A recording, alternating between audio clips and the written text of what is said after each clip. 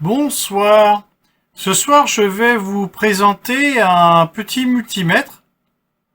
Oui, un multimètre pas comme les autres. Le voici. Un multimètre acheté environ une centaine d'euros sur les sites chinois. Ah oui, une fois de plus. Mais bon. Mais celui-ci, il est bien sympathique. Déjà, il a 25 000 points en précision.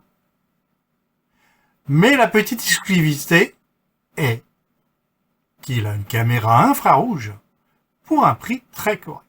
Alors, on va l'allumer. Alors, c'est vrai que moi, ça fait effet miroir. Tac. Et là, qu'est-ce qu'on va voir? On va voir ma tête en infrarouge. Regardez un peu. Ah, désolé, c'est flou. Voilà.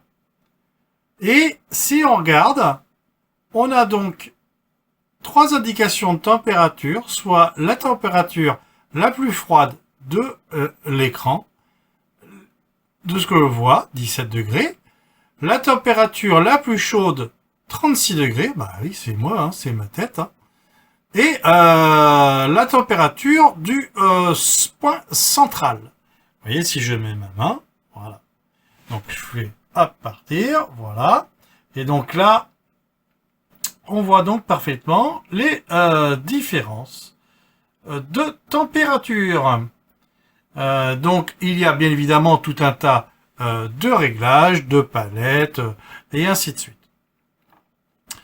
Donc, c'est bien sympathique, ce petit multimètre, qui m'a fait bien peur, parce que ça fait pas bien longtemps que je l'ai, et ils étaient transformés en écran gris. Oh, je me dis, mince, ça y est, il est en panne. Et finalement, pour résoudre la panne, il fallait remettre un nouveau firmware, je ne sais pas pourquoi l'ancien s'était planté, ainsi qu'un reset, et tout est revenu dans l'ordre. Alors, le mode multimètre, lui, voilà, il suffit d'appuyer ici, et là, par exemple, on est en voltmètre, donc vous voyez quand même la précision de l'appareil. Et là, vous avez par exemple, donc là, vous êtes en volts, là, vous êtes en millivolts,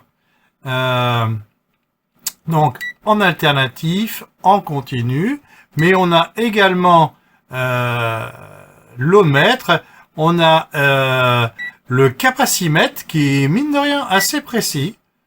Vous voyez, donc là, pour mesurer les condensateurs, donc, il est bien sympathique ce petit appareil. Et on peut également, si je me remets en voltmètre, faire une grille. Alors, je sais plus comment on fait déjà. Faire une. Ah non, c'est pas là. Voilà. Faire une grille pour enregistrer l'évolution. Je sais même plus comment on fait. C'est pas grave. Ah ouais, c'est voilà. J'ai affiché la grille. Voilà, et là, par exemple, si on fait varier la tension, on va donc avoir une courbe. Et là, je vais me remettre en infrarouge. En infrarouge, voilà. Pardon. C'est pas évident de filmer. Et voilà, là, je suis donc en infrarouge. Donc, ça permet de voir, voilà, une véritable caméra infrarouge qui est tout de même assez précise. Voilà, par exemple, là, mon boîtier, bah, il est froid, mais ma main, elle est chaude. Voilà. Donc, voilà, c'était la petite présentation de ce petit multimètre qui, mine de rien, est bien sympathique.